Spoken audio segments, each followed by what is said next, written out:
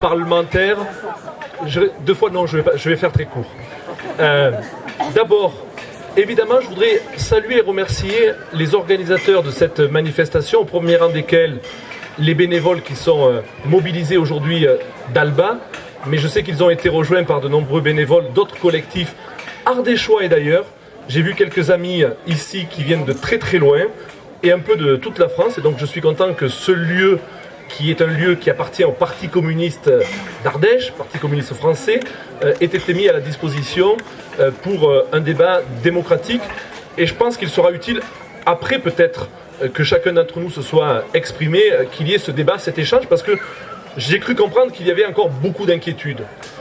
La loi qui a été votée, je fais partie de ces parlementaires qui ne l'ont pas votée. Pour quelles raisons? J'ai presque envie de dire que les raisons se justifient par elles-mêmes au vu de ce qui est en train de se passer aujourd'hui.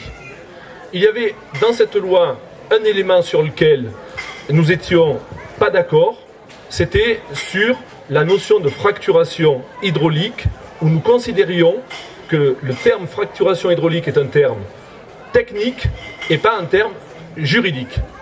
Et qu'à partir du moment où la loi qui a été votée précise que hypothétiquement, le ministère de l'Environnement, de l'Industrie, et ensuite avec une signature du Premier ministre, abrogerait éventuellement ces permis, serait soumis à la nature même du mode d'exploitation. Et aujourd'hui, ce qu'on sait, c'est que notamment pour le permis de Montélimar, celui de Villeneuve, je n'ai pas encore tous les éléments. Mais pour le permis de Montélimar, il est clair que la société Total a indiqué qu'elle n'utiliserait pas la fracturation hydraulique, mais la fracturation pneumatique. C'est un terme technique et pas un terme juridique. Ce qui veut dire qu'en réalité, j'imagine que du côté du permis de Villeneuve-de-Berg, on va avoir à peu près la même chose. Et d'ailleurs, je vous le dis, c'est que j'ai été invité la semaine prochaine à un grand colloque organisé au Sénat par les Foreurs de France pour dire nous avons, nous, des propositions à faire aux parlementaires pour les rassurer en matière de fracturation. Donc vous voyez que les choses sont en train de s'organiser de manière à ce que, au fond, au terme du dispositif, qu'est-ce qui va se passer? Les détenteurs de permis vont continuer à garder leur permis. Ils vont laisser du temps au temps, de manière à ce que, petit à petit, la mobilisation, évidemment, se démobilise et, au fond, aille vers ce qu'ils veulent.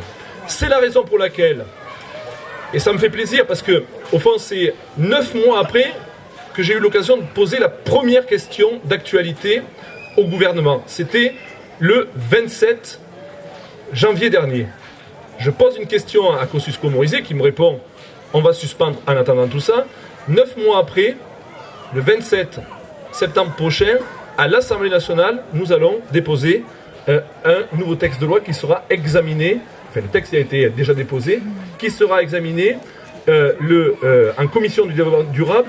Et je le dis parce que ce texte sera encore meilleur que le premier des textes que nous avions déposé. Il sera présenté par le Parti socialiste, par Europe Écologie Les Verts et par le Front de gauche. C'est un texte commun que nous avons présenté ensemble pour dire qu'on sait aussi quelquefois être d'accord sur des points particuliers et en particulier celui-là. Donc il sera examiné d'abord en commission du développement durable et ensuite le 6 octobre prochain en séance. Il dit quoi le texte? Il est court, il est bref. Il répond en réalité à ce que nous demandons depuis le départ, c'est abrogation pure et simple de l'ensemble des permis qui ont été autorisés, évidemment pour le permis de Montélimar, évidemment pour le permis de Villeneuve-de-Berg, mais nous vous rejoignons dans le principe, ce sera mon mot de conclusion, ni ici, ni ailleurs, ni aujourd'hui, ni de même.